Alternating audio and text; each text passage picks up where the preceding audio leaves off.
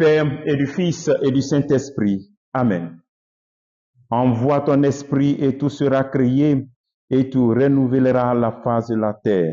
Viens, Esprit Saint, remplis le cœur de tes fidèles et fais-les brûler du feu de ton amour. Bien-aimés dans le Christ, nous sommes aujourd'hui mercredi 7 mai et la parole de Dieu qui nous est proposée est extraite de l'évangile de Jean, chapitre 6, versets 35 à 40. En ce temps-là, Jésus disait aux foules, « Moi, je suis le pain de la vie. Celui qui vient à moi n'aura jamais faim. Celui qui croit en moi n'aura jamais soif. Mais je vous l'ai dit, je vous l'ai déjà dit. Vous avez vu et pourtant vous ne croyez pas. Tout ce que me donne le Père viendront jusqu'à moi. Et celui qui vient à moi, je ne vais pas le jeter dehors. Car je suis descendu du ciel pour faire non pas ma volonté, mais la volonté de celui qui m'a envoyé. Or, telle est la volonté de celui qui m'a envoyé, que je ne perde aucun de ceux qu'il m'a donnés, mais que je les ressuscite au dernier jour. Telle est la volonté de mon Père, que celui qui voit le Fils et croit en lui ait la vie éternelle, et moi, je le ressusciterai au dernier jour. Acclamons la parole de Dieu. Louange à toi, Seigneur Jésus. Bien-aimé dans le Christ continue son discours sur le pain de vie et ce dialogue avec la foule. Et dans ce dialogue, nous tirons des enseignements. Celui qui vient à moi n'aura jamais faim. Celui qui croit en moi n'aura jamais soif. Une parole forte. Et voici que le Christ constate qu'il ne croit pas. Vous ne me croyez pas. Vous avez vu et pourtant vous ne croyez pas. Il est bon de se poser cette question. Est-ce que je crois au ressuscité? Est-ce que je crois vraiment qu'il est vivant, qu'il est mon sauveur? Toi aussi, tu as vu et pourtant tu ne crois pas. Tu vois le Christ présent dans le Saint-Sacrement. Et aussi, tu vois le Christ présent dans la vie de tes frères et tes sœurs. Certains même qui ont vécu des expériences merveilleuses, des miracles, souvent même devant tes yeux. Mais tu continues de ne pas croire. Crois. Le Seigneur nous invite donc à croire parce que même nous avons vu. Ce n'est pas que nous n'avons pas vu, on a vu. Croyons.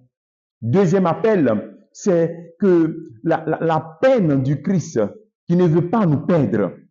Il est bon de dire merci car le Christ dit que sa mission, c'est de ne pas nous perdre.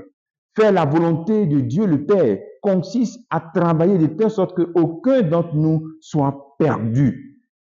Voici cette priorité du Christ, c'est de ne perdre aucun d'entre nous. Dis merci au Seigneur. Dis merci au Seigneur. Seigneur, merci parce que tu te préoccupes de moi. Tu ne veux pas que je sois perdu. Et ensuite, pose-toi aussi cette question. Est-ce que je suis vraiment tout à lui? Et puis, imagine un peu dans ton cœur la souffrance du Christ lorsque tu es perdu, lorsque toute ta vie n'est pas pour lui, lorsque tu jettes ta relation avec lui à moitié ou bien ce n'est pas constant.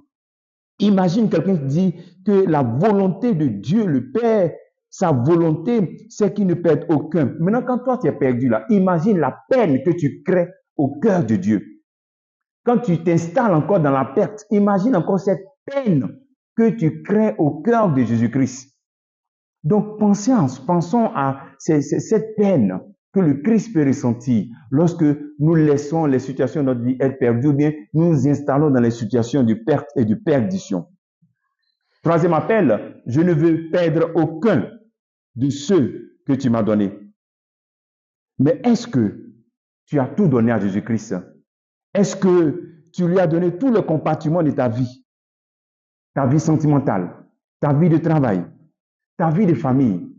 Est-ce que tout est uni en lui? Ou bien il y a des parties qui sont perdues? Pose-toi cette question. Est-ce que je travaille à ce que tous les compartiments de ma vie soient à Jésus-Christ? Tout à lui. Est-ce que tous ces compartiments sont vraiment ressuscités? Et que tu as fait cette expérience de la résurrection matérielle et puis spirituelle? Voici des questions que tu peux te poser et pour accueillir cette grâce d'unité du Christ qui ne veut pas perdre ces aspects de ta vie et toi aussi travailler à ne perdre aucun aspect de ta vie. Le travail que tu peux faire en ce jour, c'est est-ce que la résurrection du Christ te préoccupe? Et est-ce que ta résurrection aussi te préoccupe? Est-ce que tu travailles pour ta résurrection? Est-ce que tu travailles, tu te donnes à fond pour faire cette même expérience de la résurrection maintenant et pour toujours? Que Dieu te bénisse au nom du Père et du Fils et du Saint-Esprit. Amen.